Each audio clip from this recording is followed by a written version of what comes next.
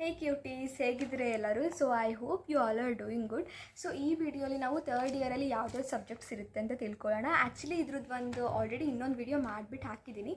ಕೆಲವೊಂದು ಸಬ್ಜೆಕ್ಟ್ಸ್ ಅದರಲ್ಲಿ ಕವರ್ ಆಗಿದ್ದರೆ ಇನ್ನು ಮಿಕ್ಕಿರೋ ಸಬ್ಜೆಕ್ಟ್ಸ್ ಈ ವಿಡಿಯೋಲಿ ಕವರ್ ಮಾಡ್ತೀನಿ.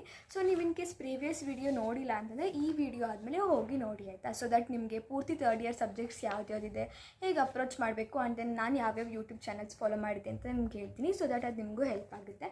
ಸೊ ಈ ವಿಡಿಯೋಲಿ ನನ್ನ ಕಾಲೇಜಲ್ಲಿ ಯಾವುದ್ಯಾವುದು 6th ಸೆಮ್ಮಲ್ಲಿ ಇತ್ತು ಸಬ್ಜೆಕ್ಟ್ಸ್ ಅಂತ ನಾನು ನಿಮ್ಗೆ ಹೇಳ್ತೀನಿ ಆಯಿತಾ. ಸೊ ಫಸ್ಟ್ ಥಿಂಗ್ ಬಂದುಬಿಟ್ಟು ಆಪ್ರೇಟಿಂಗ್ ಸಿಸ್ಟಮ್ ಕಾನ್ಸೆಪ್ಟ್.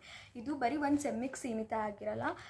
ಇದು ಪೂರ್ತಿ ನಿಮ್ಮದು ಪ್ಲೇಸ್ಮೆಂಟ್ ಪ್ರಿಪ್ರೇಷನ್ ಏನೇನಿರುತ್ತೆ ಮತ್ತು ಇದು ವಾಪಸ್ ಬರುತ್ತೆ ಆಪ್ರೇಟಿಂಗ್ ಸಿಸ್ಟಮ್ ಕಾನ್ಸೆಪ್ಟು. ಸೊ ಹಾಗಾಗಿ ಇದು ಕೋರ್ CSE ಸಬ್ಜೆಕ್ಟ್ ಆಗಿರೋದ್ರಿಂದ ಚೆನ್ನಾಗಿ ಓದ್ಕೊಳ್ಳಿ ಆಯಿತಾ. ಸೊ ಇದಕ್ಕೆ ನಾನು ಫಾಲೋ ಮಾಡಿದ್ದು ಒಂದೇ channel, Knowledge Gate by Sanchit sir. Next level teaching, oh my God, like literally ಬೇಸಿಕ್ಕಿಂದ ಹಿಡಿದು ಅಡ್ವಾನ್ಸ್ವರೆಗೂ ಪೂರ್ತಿ ಹೇಳ್ಕೊಡ್ತಾರೆ. ಅವ್ರದ್ದು ಒಂದು ಒನ್ ಶಾಟ್ ವಿಡಿಯೋ ಇದೆ ಆಯಿತಾ. ಸೆಮಿಸ್ಟರ್ ಎಂಡ್ ಎಕ್ಸಾಮ್ಗಂತಲೇ ಒಂದು ವಿಡಿಯೋ ಮಾಡಿದ್ದಾರೆ, ಒನ್ ಶಾಟ್ ವಿಡಿಯೋ. ಅದು ಒಂದೇ ವಿಡಿಯೋ ನಾನು ಕರೆಕ್ಟಾಗಿ ನೋಡ್ಕೊಂಡು ಹೋಗಿದ್ದು ಅಂತಂದರೆ ತುಂಬ ಹೆಲ್ಪ್ ಆಯಿತು. ಸೊ ಇವರು ಹಿಂದಿ ಪ್ಲಸ್ ಇಂಗ್ಲೀಷ್ ಅದರಲ್ಲಿ ನೀವು ಟೀಚ್ ಮಾಡ್ತಾರೆ. ಸೊ ನಿಮ್ಗೇನಾದ್ರು ಹಿಂದಿ ಅರ್ಥ ಆಗೋಂಗಿದ್ರೆ ಡೆಫಿನೆಟ್ಲಿ ನೀವು ಇವ್ರ ಚಾನಲ್ನ ಚೆಕ್ಔಟ್ ಮಾಡಿ. ಅದಾದಮೇಲೆ ಕ್ರಿಪ್ಟೋಗ್ರಫಿ ಆ್ಯಂಡ್ ನೆಟ್ವರ್ಕ್ ಸೆಕ್ಯೂರಿಟಿ ತುಂಬಾ ಇಂಟ್ರೆಸ್ಟಿಂಗ್ ಇತ್ತು ಈ ಸಬ್ಜೆಕ್ಟ್ ಆಯಿತಾ. ಇದರಲ್ಲಿ ಒಂಥರ ಥಿಯರಿನೂ ಇದೆ, ಪ್ರಾಬ್ಲಮ್ಸೂ ಇದೆ ಆಯಿತಾ. ಸೊ ಇದರಲ್ಲಿ ಏನೇನು ಕಾನ್ಸೆಪ್ಟ್ ಬರುತ್ತೆ ಅಲ್ವಾ, ಪ್ರತಿಯೊಂದೂ ತುಂಬಾ ಇಂಟ್ರೆಸ್ಟಿಂಗ್ ಆಗಿರುತ್ತೆ. ಬಟ್ ಏನಂದರೆ ಟೈಮ್ ತೊಗೊಳುತ್ತೆ, ಅಂದರೆ ಈ ಪ್ರಾಬ್ಲಮ್ಸ್ ಎಲ್ಲ ಸಾಲ್ವ್ ಮಾಡೋಕ್ಕೆ ಸ್ವಲ್ಪ ಟೈಮ್ ತೊಗೊಳುತ್ತೆ. ಬಟ್ ಇಟ್ಸ್ ಓಕೆ, ನಾವು ಕರೆಕ್ಟಾಗಿ ಟೈಮ್ ಮ್ಯಾನೇಜ್ ಮಾಡಿಕೊಂಡು ಎಕ್ಸಾಮು ಮತ್ತು ಇಂಟರ್ನಲ್ಸ್ ಎಲ್ಲ ಬರೀಬೇಕು ಇದರಲ್ಲಿ. ಬಟ್ ತುಂಬ ಇಂಟ್ರೆಸ್ಟಿಂಗ್ ಸಬ್ಜೆಕ್ಟು. ಸೊ ಇದಕ್ಕೆ ನಾನು ಫಾಲೋ ಮಾಡಿದ್ದು ನೀಸೋ ಅಕಾಡೆಮಿ. ನಿಮಗೂ ಗೊತ್ತಿರುತ್ತೆ ಅನಿಸುತ್ತೆ ನೀಸೋ ಅಕಾಡೆಮಿ ಇಷ್ಟೊತ್ತಿಗೆ. ಸೊ ಇವರು ಇಂಗ್ಲೀಷಲ್ಲಿ ಟೀಚ್ ಮಾಡ್ತಾರೆ, ತುಂಬ ಚೆನ್ನಾಗಿ ಹೇಳ್ಕೊಡ್ತಾರೆ. ಅದಾದಮೇಲೆ ಪರ್ಫೆಕ್ಟ್ ಕಂಪ್ಯೂಟರ್ ಇಂಜಿನಿಯರ್ ಅಂತ. ಸೊ ಇವರು ಹಿಂದಿಲಿ ಟೀಚ್ ಮಾಡ್ತಾರೆ, ಹಿಂದಿ ಪ್ಲಸ್ ಇಂಗ್ಲೀಷ್ ಇದರಲ್ಲಿ ಇವ್ರು ಟೀಚ್ ಮಾಡ್ತಾರೆ. ಹಾಗೆಯೇ 5 ಮಿನಿಟ್ಸ್ ಇಂಜಿನಿಯರಿಂಗ್, ಇವರು ಅಷ್ಟೇ ಹಿಂದಿಲಿ ಟೀಚ್ ಮಾಡ್ತಾರೆ. ಸೊ ನೀವು CNSಗೆ ಈ ಚಾನಲ್ಸ್ಗಳನ್ನ ನೀವು ಫಾಲೋ ಮಾಡ್ಬೋದು ಆಯಿತಾ. ಅದಾದಮೇಲೆ AIML, that is artificial intelligence and machine learning. So this is pure theory. ಅಂದರೆ ಒಂದೇ ಒಂದು ಮಾಡ್ಯೂಲ್, ಲಾಸ್ಟ್ ಮಾಡ್ಯೂಲಲ್ಲಿ ಅಷ್ಟೇ ನಮಗೆ ಪ್ರಾಬ್ಲಮ್ಸ್ ಇತ್ತು. ಅದು ಬಿಟ್ಟು ಇನ್ನೆಲ್ಲ ಮಾಡ್ಯೂಲ್ಸೂ ಪ್ಯೂರ್ ಥಿಯರಿ ಆಗಿತ್ತು. ಸೊ ನೀವು ಹೆಂಗೆ ಆನ್ಸರ್ಸ್ ಬರಿತೀರಾ ಅದ್ರ ಮೇಲೆ ನಿಮಗೆ ಮಾರ್ಕ್ಸ್ಗಳು ಸಿಗ್ತಾ ಹೋಗುತ್ತೆ. And also it depends on your professor obviously. So ಇದಕ್ಕೆ ನಾನು ಯಾವುದೇ ಅಷ್ಟೊಂದು ಯೂಟ್ಯೂಬ್ ಚಾನಲ್ಸ್ ಏನು ಫಾಲೋ ಮಾಡಿಲ್ಲ. ಅಂದರೆ ಕೆಲವೊಂದು ಕಾನ್ಸೆಪ್ಟ್ಗಷ್ಟೇ ನಾನು ನೋಡಿದ್ದೀನಿ videos. Majority of the concept ಕ್ಲಾಸಲ್ಲೇ ಅರ್ಥ ಆಗಿರ್ತಿತ್ತು, ಇಲ್ಲಾಂದರೆ ChatGPTಯಲ್ಲಿ ಹೆಲ್ಪ್ ತೊಗೊಂಡು ಮಾಡಿರ್ತಿದ್ದೆ. ಬಟ್ ಕೆಲವೊಂದು ಕಾನ್ಸೆಪ್ಟ್ಗೆ ವೀಡಿಯೋಸ್ ಬೇಕು ಅಂತ ಅನಿಸುತ್ತೆ. ಸೊ ಅದಕ್ಕೆ ನಾನು ಯಾವುದಾದ್ರು ಯೂಟ್ಯೂಬ್ ಚಾನಲ್ಸ್ನ ನಾನು ಫಾಲೋ ಮಾಡಿದ್ದೆ ಅಂತಂದರೆ first is Gate Smashers. So ನಿಮಗೆ ಗೊತ್ತು, Gate Smashers is like universal, ಎಲ್ಲ ಇಂಜಿನಿಯರಿಂಗ್ ಸಬ್ಜೆಕ್ಟ್ಸೂ ಇವ್ರ ಚಾನಲಲ್ಲಿದೆ ಆಲ್ಮೋಸ್ಟ್ ಆಯಿತಾ. ಸೊ ಗೇಟ್ ಸ್ಮ್ಯಾಶರ್ಸ್ಗಂತೂ ನಾನಂತೂ ಫ್ಯಾನ್ ಆಗಿ ಹೋಗ್ಬಿಟ್ಟಿದ್ದೀನಿ. Because really the way he teaches ಅಲ್ವಾ, ಅಂದರೆ ಎಲ್ಲ ಸಬ್ಜೆಕ್ಟೂ ಅಷ್ಟೇ ಚೆನ್ನಾಗಿ ಅರ್ಥ ಆಗೋ ಥರ ಟೀಚ್ ಮಾಡ್ತಾರೆ. ಎಗೇನ್ ಇಟ್ಸ್ ಹಿಂದಿ ಪ್ಲಸ್ ಇಂಗ್ಲೀಷಲ್ಲಿ ಟೀಚ್ ಮಾಡ್ತಾರೆ ಇವರು. ಹಾಗೆಯೇ ಪರ್ಫೆಕ್ಟ್ ಕಂಪ್ಯೂಟರ್ ಇಂಜಿನಿಯರ್, ಎಗೇನ್ ನಾನು ಪ್ರೀವಿಯಸ್ಲಿ ಹೇಳಿದಾಗೆ ಇವರು ಅಷ್ಟೇ ಹಿಂದಿ ಮತ್ತು English. And then Mahesh Huddar, I hope I am pronouncing it correctly ಅಂತ. ಸೊ ಇವರು ಅಷ್ಟೇ ತುಂಬ ಚೆನ್ನಾಗಿ ಟೀಚ್ ಮಾಡ್ತಾರೆ, Hindi plus English if I am not wrong. ಅದಾದಮೇಲೆ AIMLಗೆ, ಈ ಆರ್ಟಿಫಿಷಿಯಲ್ ಇಂಟೆಲಿಜೆನ್ಸ್ ಆ್ಯಂಡ್ ಮಷಿನ್ ಲರ್ನಿಂಗ್ಗೆ ಲ್ಯಾಬ್ ಕೂಡ ಬರುತ್ತೆ. So lab is somewhat okay. ಮುಂಚೆ ಎಲ್ಲ ಹೆಂಗಿರ್ತಿತ್ತು, C ಲ್ಯಾಂಗ್ವೇಜ್ ಆಗಿರ್ಬೋದು ಅಥವಾ ಪೈಥಾನಿಗೆ ಏನೇನು ಲ್ಯಾಬ್ ಇರ್ತಿತ್ತು ಅದೇ ಥರ ಇದಕ್ಕೂ ಇದೆ. ಸೊ ಪೈಥಾನ್ ಲ್ಯಾಂಗ್ವೇಜೇ ಯೂಸ್ ಆಗೋದು ಇದರಲ್ಲೂ ಅಗೇನ್. ಸೊ ಅದಾದಮೇಲೆ ಬಿಗ್ ಡೇಟಾ ಟೆಕ್ನಾಲಜೀಸ್. ಸೊ ಇದು ಒಂಥರ ಮಿಡಲ್, ಆ ಕಡೆ ತೀರಾ ಕಷ್ಟನೂ ಅಲ್ಲ, ಈ ಕಡೆ ತೀರಾ ಈಸಿನೂ ಅಲ್ಲ. ಒಂದು 2-3 ಮಾಡ್ಯೂಲ್ಸು ಥಿಯರಿ ಥರ ಬರುತ್ತೆ. ಇನ್ನು ಮಿಕ್ಕಿರೋ ಒಂದು 2 ಮಾಡ್ಯೂಲ್ಸು ಪೂರ್ತಿ ಪ್ರಾಬ್ಲಮ್ಸ್ ಇನ್ ದ ಸೆನ್ಸ್ ಪ್ರೋಗ್ರಾಮ್ಸ್ಗಳು ಬರ್ತವೆ ಆಯಿತಾ. ಸೊ ಈ ಥಿಯರಿ ಇರೋದು ಹೆಂಗೋ ಓದ್ಬಿಡ್ಬೋದು. ಈ ಪ್ರೋಗ್ರಾಮ್ಸ್ಗಳ್ದು 1-2 ನೆನ್ಪಿಟ್ಕೊಳ್ಳೋಕ್ಕೆ ಎಷ್ಟೊಂದು ಪ್ರೋಗ್ರಾಮ್ಸ್ ಇದ್ವು ಅಂದರೆ, ಲೈಕ್ ಪ್ರೋಗ್ರಾಮ್ಸ್ ಯಾರ್ಯಾರಿಗೆ ಇಷ್ಟ ಆಗುತ್ತೆ ಅವರಿಗೆ ಸಬ್ಜೆಕ್ಟ್ ಇಷ್ಟ ಆಗುತ್ತೆ. ಯಾರ್ಯಾರಿಗೆ ಸ್ವಲ್ಪ ಪ್ರೋಗ್ರಾಮ್ಸು ಅಷ್ಟು ಇಷ್ಟ ಆಗೋಲ್ಲ, ಪ್ರೋಗ್ರಾಮ್ಸ್ ಓದೋಕ್ಕೆ ಕಲಿಯೋಕ್ಕೆ ಅಥವಾ ಬರೆಯೋಕ್ಕೆ, ಅವ್ರಿಗೆ ಸ್ವಲ್ಪ ಕಷ್ಟ ಆಗ್ಬೋದು ಬಿಗ್ ಡೇಟಾ. ಅದು ಜಸ್ಟ್ ಲಾಸ್ಟು 2 ಮಾಡ್ಯೂಲ್ಸ್ ಅಷ್ಟೇ. ಫಸ್ಟ್ 3 ಎಲ್ಲ ಆಲ್ಮೋಸ್ಟ್ ಥಿಯರಿನೇ ಇರುತ್ತೆ, ಅದನ್ನು ಚೆನ್ನಾಗಿ ಓದ್ಕೋಬೋದು.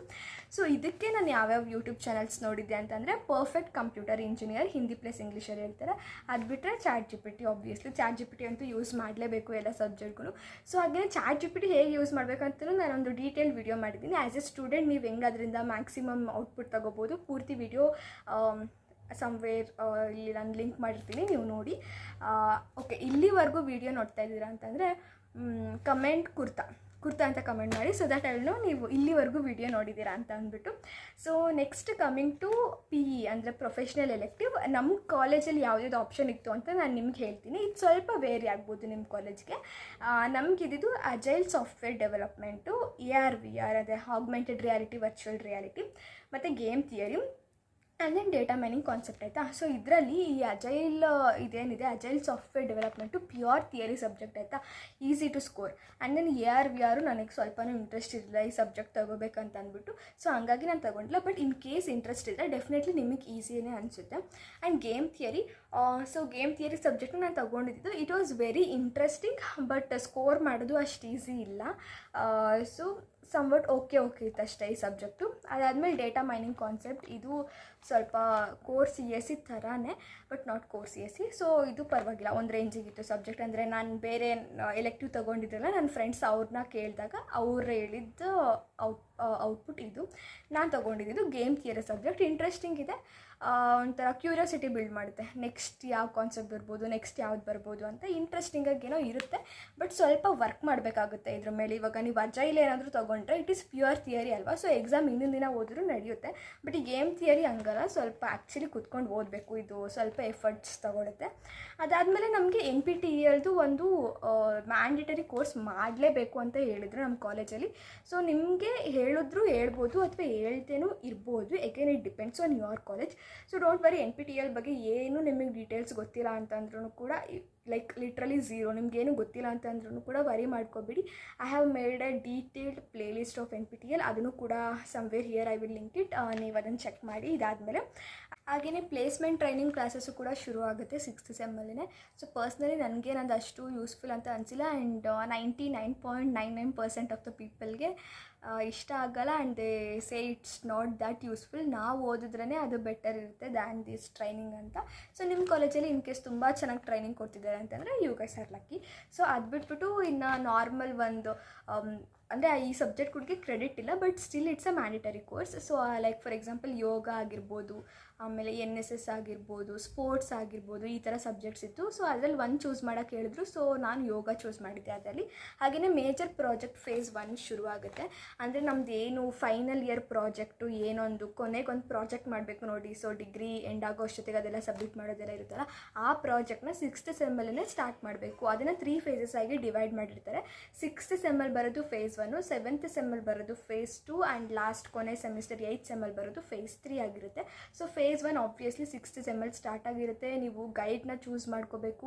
ಹಾಗೆಯೇ ನಿಮ್ಮದು final year project, final team ಏನಿರುತ್ತೆ, ಟೀಮ್ ಫಾರ್ಮೇಷನ್ ಮಾಡ್ಕೊಳ್ಳೋದು. And you should start working on your project. So ಅದು ಮೇಜರ್ ಪ್ರಾಜೆಕ್ಟು, ಇದಕ್ಕೂ ಕೂಡ ಕ್ರೆಡಿಟ್ಸ್ ಇರುತ್ತೆ. ಸೊ ಇಷ್ಟ ಆಗಿತ್ತು 6th sem subjects in my college. But I am saying you, ಈ subjects ಕೆಲವೊಂದು ನಿಮಗೆ ಈಗಲೇ ಬರುತ್ತೆ, 5th ಸೆಮ್ಮಲ್ಲೇ ಬರುತ್ತೆ. ಆ್ಯಂಡ್ ನಾನು ಇನ್ನೊಂದು ಹೇಳಿದ್ದೆ ಅಲ್ವಾ, ಇನಿಷಿಯಲಿ ವೀಡಿಯೋ ಸ್ಟಾರ್ಟ್ ಮಾಡಿದಾಗ ಇನ್ನೊಂದು ವೀಡಿಯೋ ಮಾಡಿದ್ದೀನಿ ನೋಡಿ ಅಂತ ಅಂದ್ಬಿಟ್ಟು, ಅದರಲ್ಲಿ ನಾನು ನನ್ನ ಕಾಲೇಜಲ್ಲಿ ಯಾವ್ದು 5th ಸೆಮ್ಮಲ್ಲಿತ್ತು ಅದನ್ನು ಹೇಳಿದ್ದೀನಿ. ಬಟ್ ಆ 5th ಸೆಮ್ಮಲ್ಲಿರೋ ಸಬ್ಜೆಕ್ಟು ಮೋಸ್ಟ್ಲಿ ನಿಮಗೆ 6th ಸೆಮ್ಮಲ್ಲೂ ಬರ್ಬೋದು. It's not compulsory. ಅಂದರೆ ಎಲ್ಲ ಕಾಲೇಜಲ್ಲೂ ಒಂದೇ ಸಬ್ಜೆಕ್ಟ್ಸು ಒಂದೇ ಸೆಮ್ಮಲ್ಲಿ ಬರೋಲ್ಲ.